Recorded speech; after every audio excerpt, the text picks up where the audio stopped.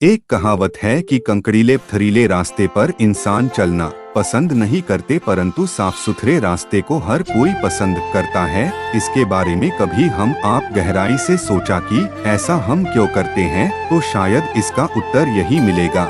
यह रास्ता बहुत पहले से है, या इस रास्ते से हम गंतव्य जगह पर जल्दी पहुंच जाते हैं, परंतु यदि हम कोई नया रास्ता चुनते हैं तो वह रास्ता बहुत समय बाद चलने योग्य हो पाता है। ठीक वही हालत मनुष्य के जीवन रूपी रास्ते में भी होता है। यदि हम जिंदगी के शुरुआत में धूप छाव, दुख सुख, अच्छे खराब, सहनशीलताएं, इन सब को डोट झेल लेते हैं तो हमें आगे बढ़ने से कोई नहीं रोक सकता है। मनुष्य का जीवन कांटे बिखरे हुए रास्ते की तरह होता है। उन कांटों को खुद हटाकर आगे बढ़ना होता है।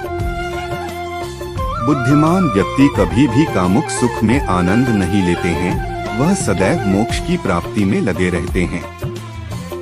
वह जो सभी इच्छाएं त्याग देता है उसे शांति की प्राप्त होती है।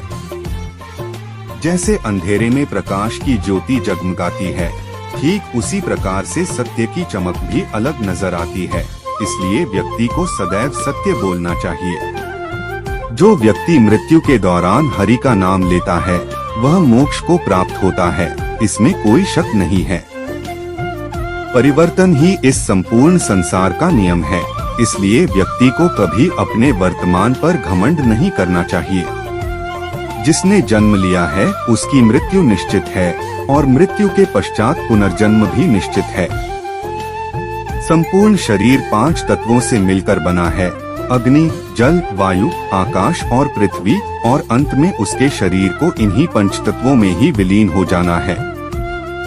व्यक्ति को अपने आप को सदैव ईश्वर को समर्पित कर देता है, तभी वह दुखों, चिंता और परेशानियों से मुक्त रह सकता है। प्रत्येक बुद्धिमान व्यक्ति को क्रोध और लोभ त्याग देना चाहिए, क्योंकि इससे आत्मा का पतन होता है। तुम बिना किसी कारण के चिंता करते हो और बेवजह ही घबराते हो। तुम तो आत्मा हो, जिसे ना तो कोई मार सकता है और ना ही जला सकता है। यही जीवन की सच्चाई है, जिसे प्रत्येक व्यक्ति को जानना चाहिए। न तो यह शरीर तुम्हारा है और न ही तुम इस शरीर के मालिक हो। तुम तो सिर्फ एक कठपुतली हो, नचाने वाला तो कोई और है। जो व्यक्ति मैं और मेरा इत्यादि की भावना से मुक्त हो जाता है, उसे जीवन में शांति की प्राप्ति होती है। आत्मज्ञान की तलवार से काटकर अपने हृदय के अज्ञान के संदेह अलग कर दो। अनुशासित रहो, उठो और कार्य करो।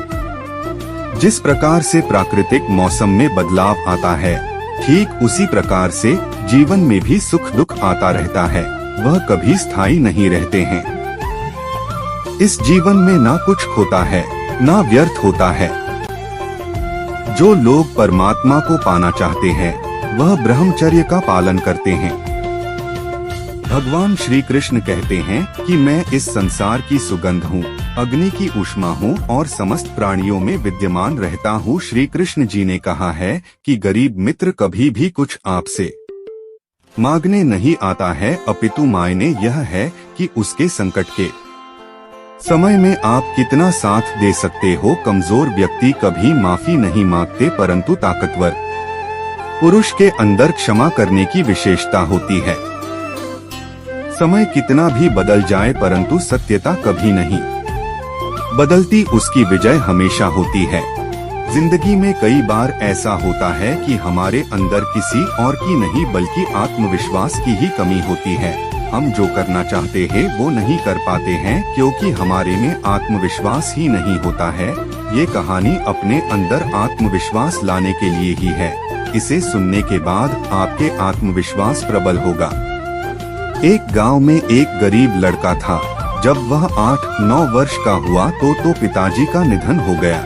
पिता के निधन के बाद लड़का अनाथ हो गया। घर में अब उसकी विधवा माँ और एक बड़ी बहन बची। घर की सारी जिम्मेदारी विधवा के ऊपर आ गई। माँ को कुछ समझ में नहीं आ रहा था कि परिवार का पालन पोषण कैसे करूँ। कई महीने बीत गए इसी तरह सोचने समझने में। आखिरकार बहुत हिम्मत करके परिवार में जो लड़के के चाचा लगते थे उनके पास जाकर रोने लगी। करुणामय चाचा ने पूर्ण आश्वासन देकर कहा कि तुम्हारे बच्चों के सारी जिम्मेदारी मेरी है, पढ़ाई लिखाई शादी ब्याह करने के बाद जो मुझसे होगा मदद करता रहूंगा। आखिर में लड़के के चाचा ने अपनी भाभी को दिए हुए वचन को निभाई। अपनी भतीजी की शादी ब्याह करने के साथ साथ भतीजा को एमए तक पढ़ाई करवाई, उसका भी कर दिए। परंतु लड़का एमए करने के बाद नौकरी के लिए कई जगह हाथ पैर चलाए, लेकिन निराश होना। ऐसे करते करते 4-5 वर्ष बीत गए, लेकिन नौकरी नहीं लगी। यार रिश्तेदार ताने मारना शुरू कर दिए। बेरोजगार नवयुवक यह सब सुनकर यार दोस्त से मिलना बंद कर दिया, रिश्तेदार के यहाँ जाना बंद कर दिया। वह कैसे किसी से कहे कि मैं आर्थिक तंगी से गुजर रहा हूँ। अंदर ही अंदर वह जिंदगी से उबता जा रहा था। उसने एक दिन तो आत्महत्या करने जा रहा था, परंतु उसकी पत्नी ने देखकर बचा लिया। उसे क्या मालूम कि मेरे जीवन में खुशियाँ आने वाला है।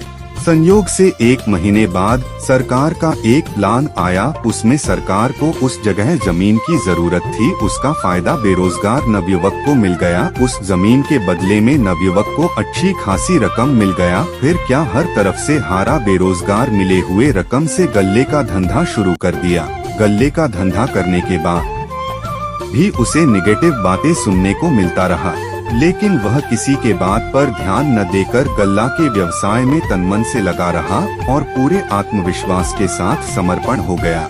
वह यह भूल गया कि मैं एमए किया हूँ। आखिरकार उसके मेहनत रंग लाने लगा। कुछ समय पश्चात 1-2 नौकर भी रखकर काम को और आगे बढ़ा दिए। दिन प्रतिदिन उसका व्यापार चलता गया। उसकी गिनती ईमानदार व्यवसायी के रूप में हो गई और अमीर बन गया।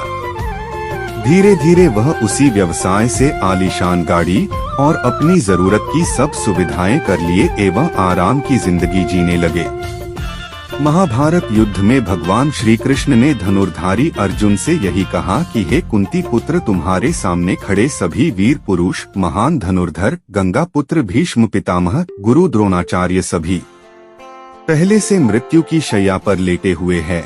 अगर तुम नहीं मार सकते तो मैं उन्हें मृत्युदंड दूंगा, परंतु मैं यह शपथ लिया हूँ कि युद्ध काल में अस्त्र शस्त्र नहीं उठाऊंगा। आत्म है कौन्तेय, इसका यश तुम ले लो। अपने अंदर आत्मविश्वास लायो और इस धर्म युद्ध में पांडव का ध्वजा लहरायो, जिससे युगों युगों तक तुम्हारी कीर्ति रहे। श्री कृष्ण के श्रीमुख से यह वचन सुनकर अर्जुन ने अपने मन को एकाग्र कर लिए तथा धनुष बाण हाथ में लेकर सामने खड़े भीष्म पितामह पर वार करना शुरू कर दिए और तब बाण चलाते रहे जब तक कि भीष्म पितामह बाणों की शैया पर नहीं लेट गए।